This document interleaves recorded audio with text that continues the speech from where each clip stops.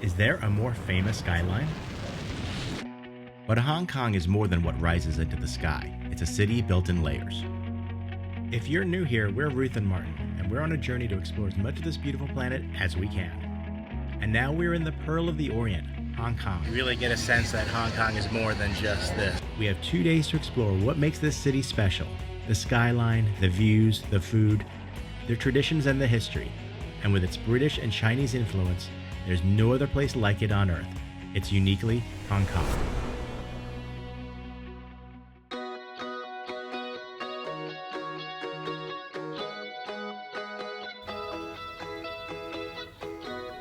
This is truly one of the greatest waterfront walks in the world. This harbor view, gorgeous. It's really beautiful. I know I always say everything, oh, it's so beautiful, but it really is beautiful.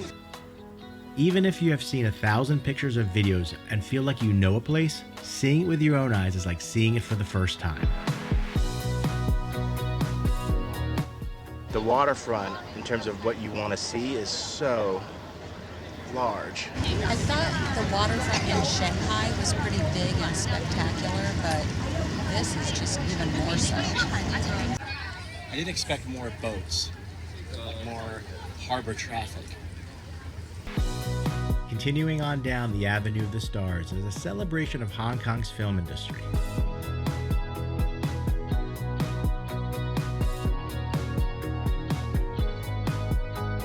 When you see something as iconic as Bruce Lee, you just have to do the pose.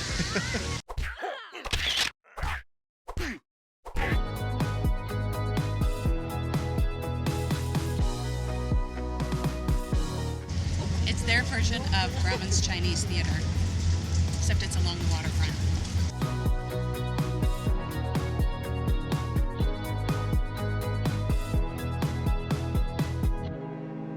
From Kowloon, where we're staying, it's an easy and cheap ferry ride to Hong Kong Island.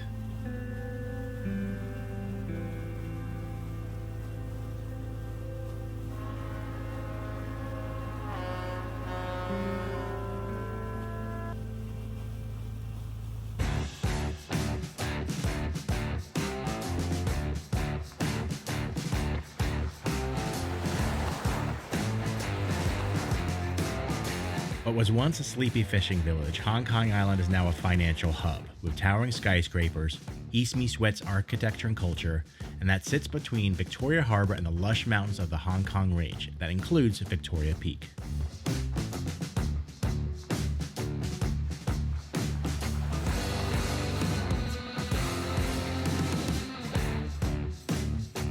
The AC in this market is wonderful. It is so humid out there today. With the Central District nestled into the hills of Hong Kong Island, the Central Escalators are a welcome break for our weary feet.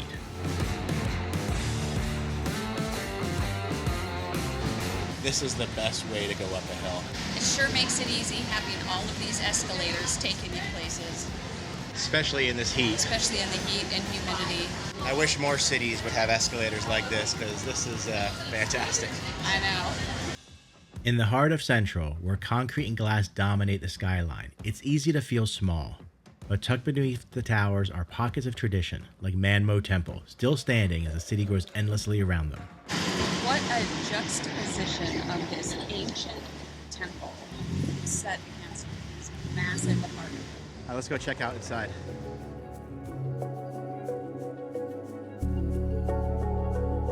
The Man Mo Temple at Shangguan is dedicated to the Chinese folk god of literature and is known for its incense spirals.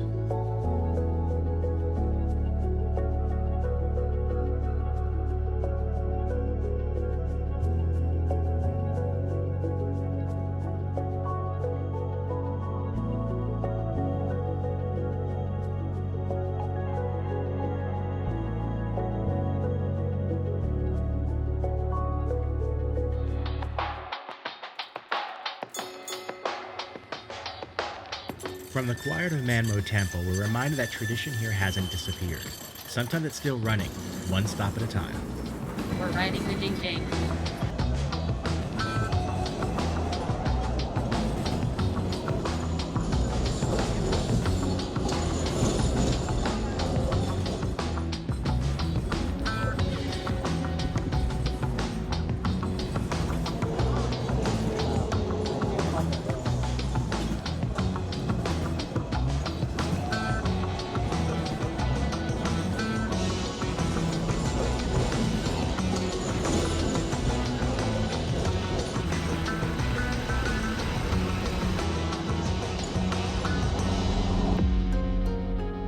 Now from the outside, it looks just like another residential block, but step inside and the scale tells a different story.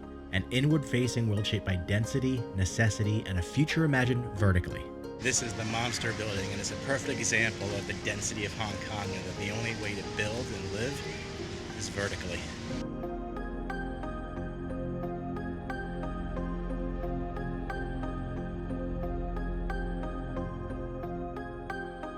The more time we spend here, the more Hong Kong reveals itself in layers, stacked over time. But in one of the densest places on Earth, Hong Kong still has found a way to carve out a space like this. In the middle of this complete concrete skyscraper massive city is this oasis of a botanical garden.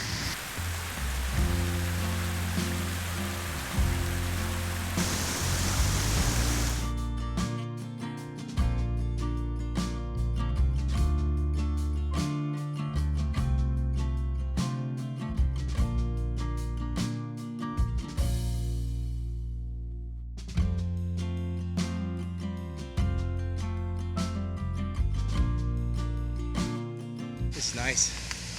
A good respite from all the noise and hubbub of the city. I've never seen a bird like that before. Have you ever seen a bird like that? Not really. I don't think I've seen one. Look at the color is amazing.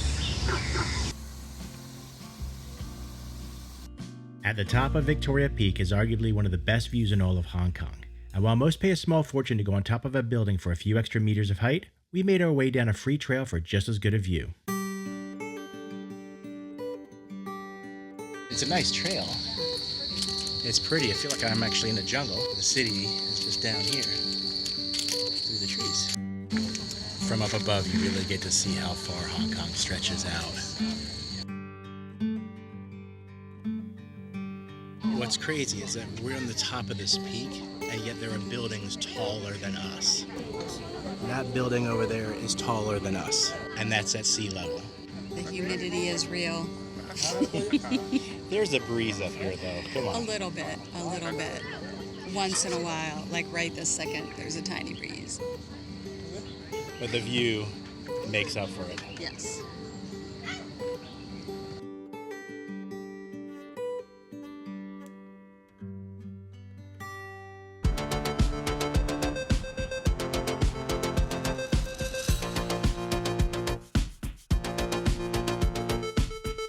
Back in the city below, we grabbed a dim sum dinner. There's so much yummy stuff on the menu. Dive in.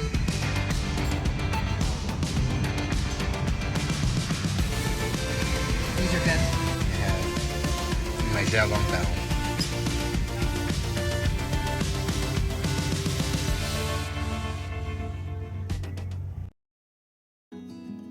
It's easy to think that the skyscraper utopia of Hong Kong Island, or Kowloon, is all that Hong Kong is. But it's actually made up of over 260 islands encompassing over 428 square miles. The largest island, Lantau, is our destination this morning.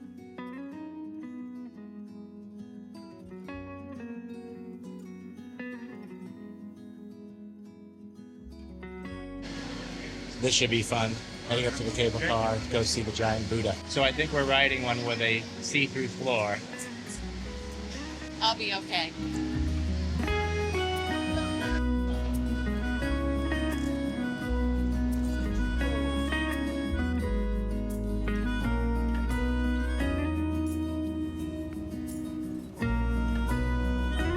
River water.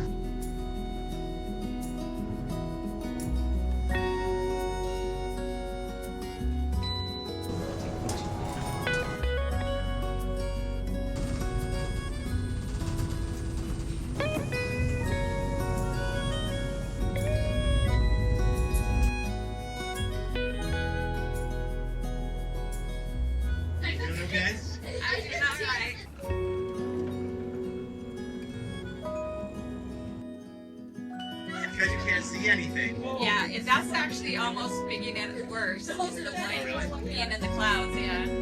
I mean, it's cool, but it's fast. It's a lot of wind.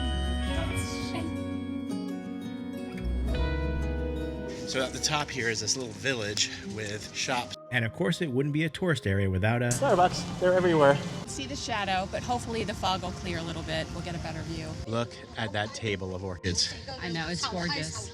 There's so many orchids everywhere you go here, and they're in full bloom. I don't know if they have greenhouses and they bring them in from somewhere, but it's amazing.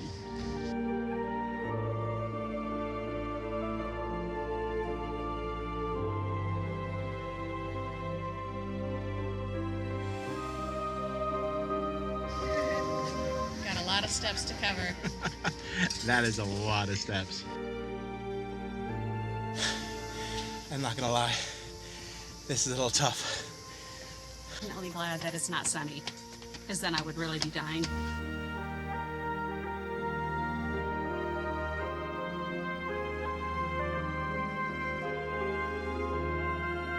Built in 1993, it's one of the 5 big Buddhas in China. Standing at the base, it's easy to feel humbled. I'm drenched. I look like a wet rat, but it is worth it.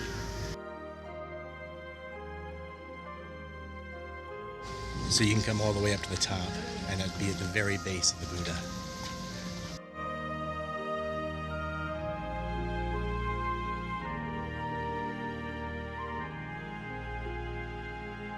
I really think the fog adds something to this.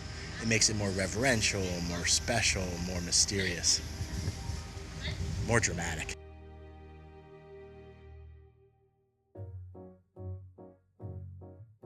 Back in Kowloon, the city moves fast, layered with signs of its past and present. And tucked inside all that motion is another tradition Hong Kong has held onto, one that traces back to its British roots: afternoon tea.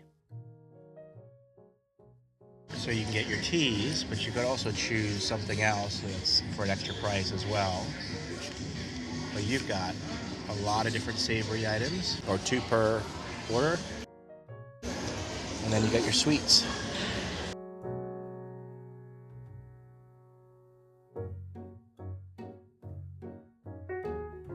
So we have our lovely afternoon tea. Start with your savory, your sandwiches down below. I think there's a salmon, ham, chicken, and egg salad. And then all of these yummy, delicious desserts. Yeah, these look beautiful. Got our scones with jam, clotted cream. I think it's about time to dig in. I think so.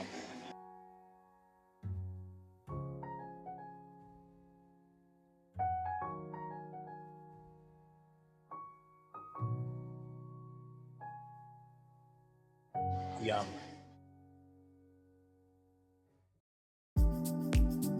As night falls, we head down to the harbor for one of Hong Kong's most well-known rituals, the Symphony of Lights.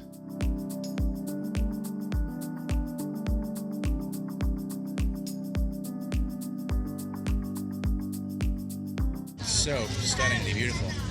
All the skylines lit up, all the different characters, the Chinese characters, the advertisements, the outlines of the building, all lit up. And tonight we have some low cloud or fog, so it adds an extra special aura to it.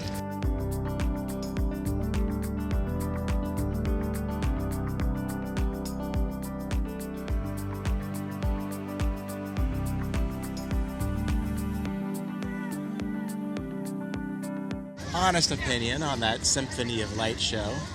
We could hear the speaker for the announcement of this Symphony of Light show louder than the actual symphony itself.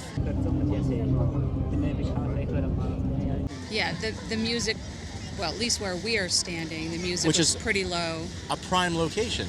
We're Yeah. dead center of the harbor. I think I was expecting more. Yeah. With that said, the skyline with the clouds. It's amazing.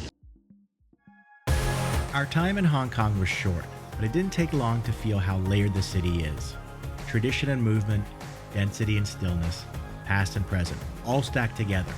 It's a complex place, one that never shows you everything at once, but always leaves you wanting to look a little closer.